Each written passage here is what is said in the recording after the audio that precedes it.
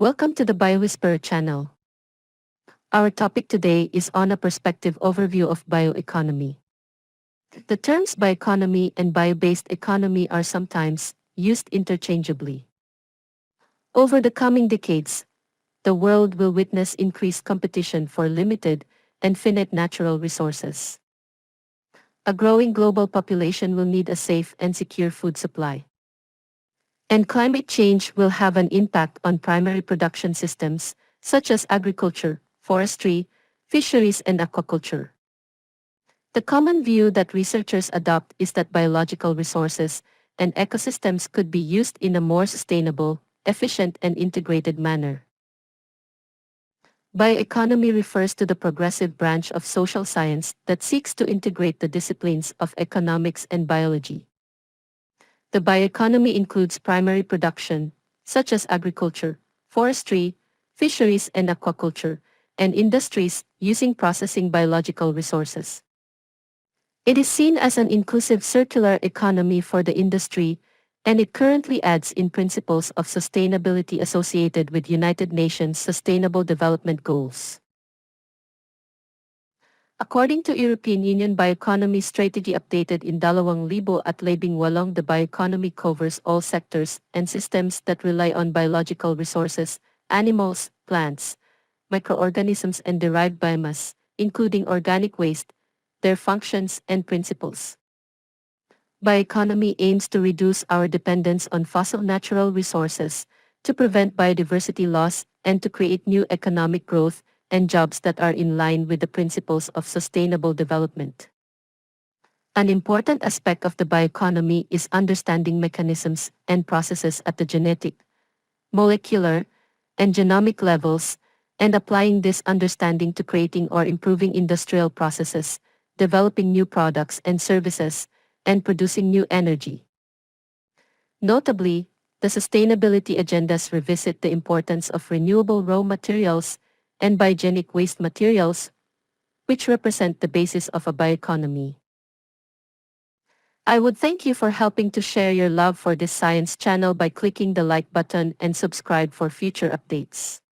Myself and my team of fellow retired educators, the BioWhisperers team of 4 curators, will love to hear your comments and suggestions for future topics.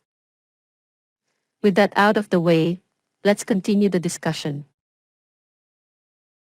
As we move into understanding bioeconomies, we can see a parallel with behavioral finance and other applied economic schools. Bioeconomics is another example of economic theory branching out of classical boundaries and attempting to better explain the complex economies of today. Taken simply, the idea of finding the best utilization of biological resources for the economy is nothing new. Bioeconomics can help with managing resources, with the goal of avoiding resource depletion. Managing natural resources can be done with bioeconomics. The practice involves figuring out the best way to manage socioeconomic behavior sustainably.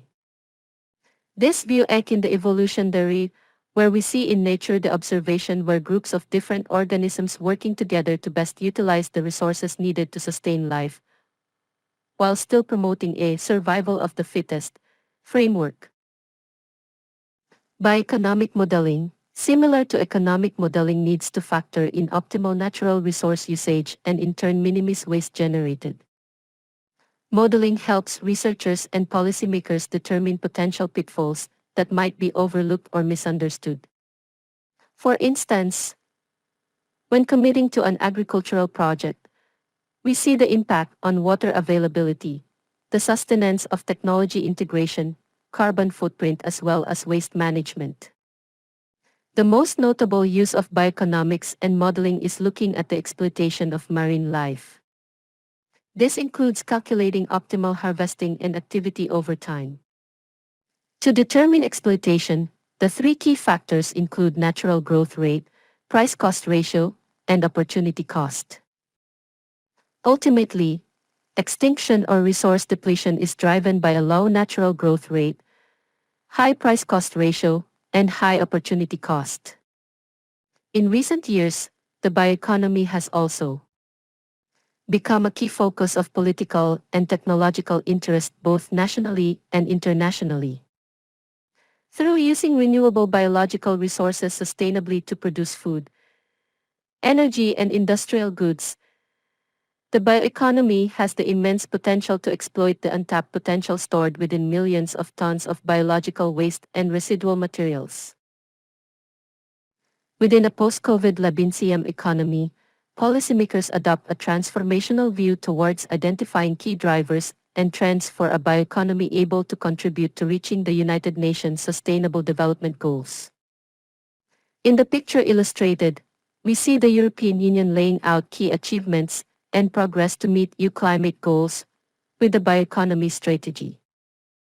In fact, during the early days of the COVID-19 pandemic, the global bioeconomy can have to diversify supplies for food, feed, and raw materials, contribute to circularity and climate neutrality whilst at the same time create employment and foster rural development. Amongst these, raw materials for medical supplies such as latex for rubber gloves, melt-blow polypropylene for surgical masks, oxygen supplies are challenged logistically. On the other side of the discussion, we see waste building up in the form of biological and medical waste like worn and discarded personal protective equipment such as masks and gloves. Researchers are looking from a more macro view where the biosphere, which sustains society, which in turn is served by the economy.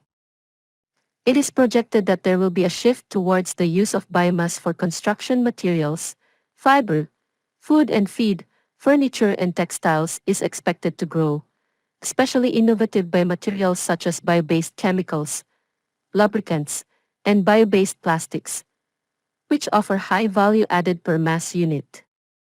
As for the takeaways, firstly, bioeconomics is a progressive branch of social science that seeks to integrate the disciplines of economics and biology to explain economic events. It has a role to play in helping in the managing of resources, with the goal of avoiding resource depletion. What the world can do is to move towards sustainable primary production and processing systems that can produce more food, fiber and other bio-based products with fewer inputs, less environmental impact and reduced greenhouse gas emissions. Whilst factoring in natural resource management within the broader concept of bioeconomic modeling, aligning towards sustainability objectives and meeting global climate change goals will still be the focus for the next decade or so. Thank you for watching this video. If you like this video, please smash the like button and subscribe to this channel for future updates.